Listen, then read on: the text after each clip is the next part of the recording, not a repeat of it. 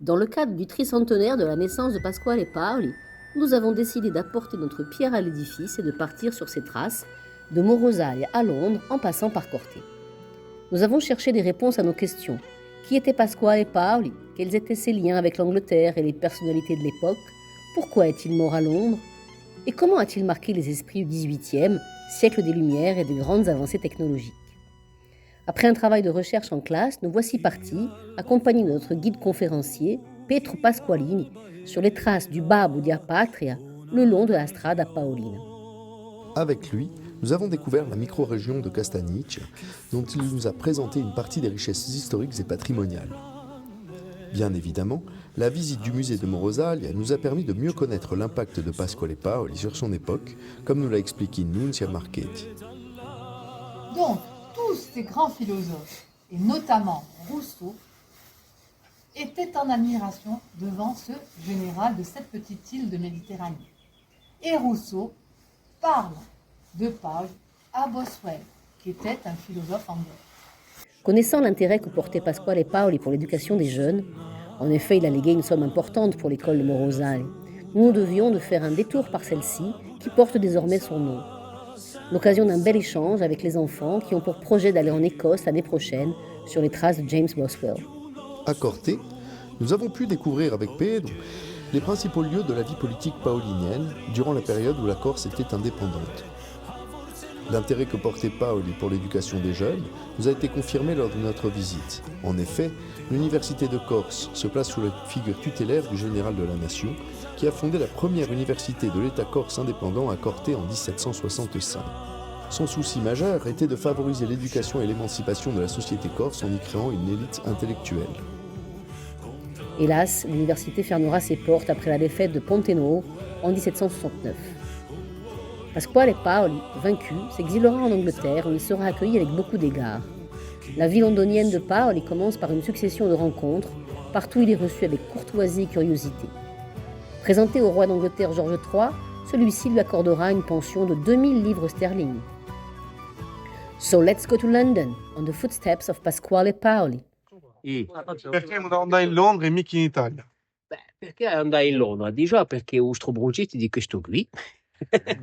Ma di bere chi averia de bussu d'andare in Napoli, per esempio, posto che Pasquale Paolo ha fatto i suoi studi in Napoli, e lui chiamava a Napoli anche a suo padre, E in Londra perché ha fatto due esili. Il primo esilio, quando Pasquale Paolo, quando Paoli ha aspettato 20 anni innanzi di arrivare qui in Corsica con i francesi hanno fatto la rivoluzione, e dunque ha passato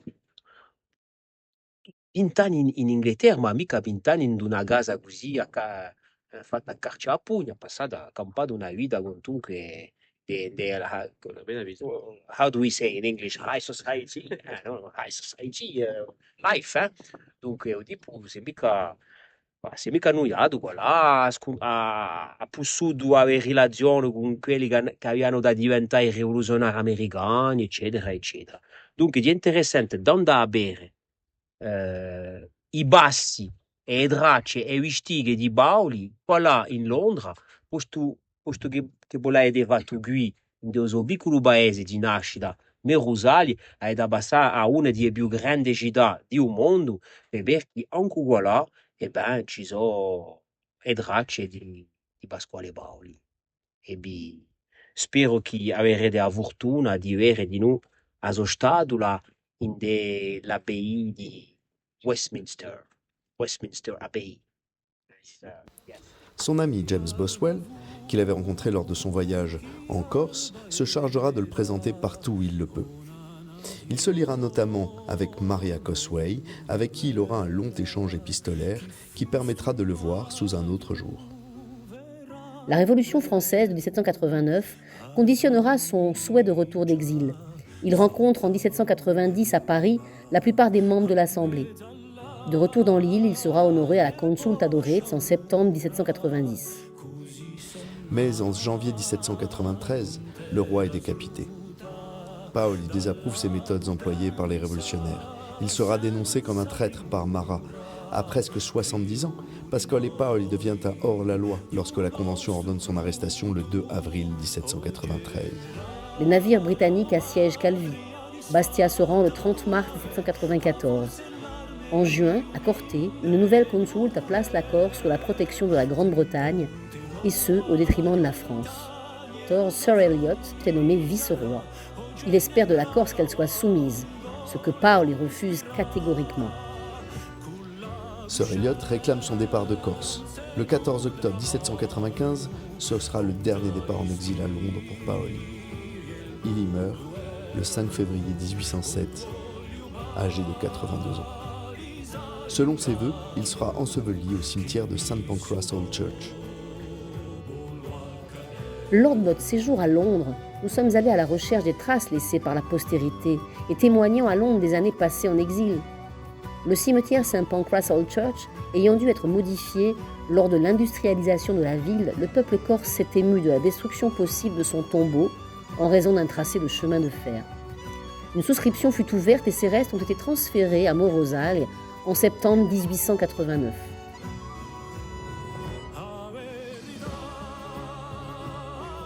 Son nom figure toutefois toujours sur l'obélisque servant de mémorial aux personnes dont les tombes ont été détruites, érigé en 1879. Et une allée de ce cimetière porte le nom du général de la nation corse, encore aujourd'hui. Dans l'abbaye de Westminster, du fait de son influence politique et en hommage à l'amitié entre les peuples corses et de Grande-Bretagne, la mémoire du Babou est honorée à travers un buste et une épitaphe gravée dans le marbre peu de temps après son décès. Lors de notre séjour à Londres, nous avons également visité le musée des sciences qui proposait une exposition sur les énergies et leur évolution. Le souci de Pasquale Paoli de faire entrer la Corse dans la modernité et le progrès par l'éducation nous replace dans le contexte des Lumières qui voient en Europe l'essor considérable des sciences et des savoirs. La philosophie politique de Paoli est aussi issue de la révolution industrielle et, entre autres, de l'avènement de la machine à vapeur de James Watt, contemporain de Paoli.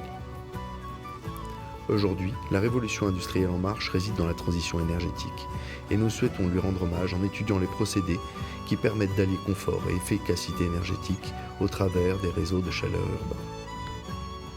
En profitant de ces voyages pour approfondir nos apprentissages professionnels, nous avons pu visiter la chaufferie biomasse de la ville de Corté qui alimente un réseau de chaleur urbain pionnier à l'échelle européenne lors de sa création en 1992.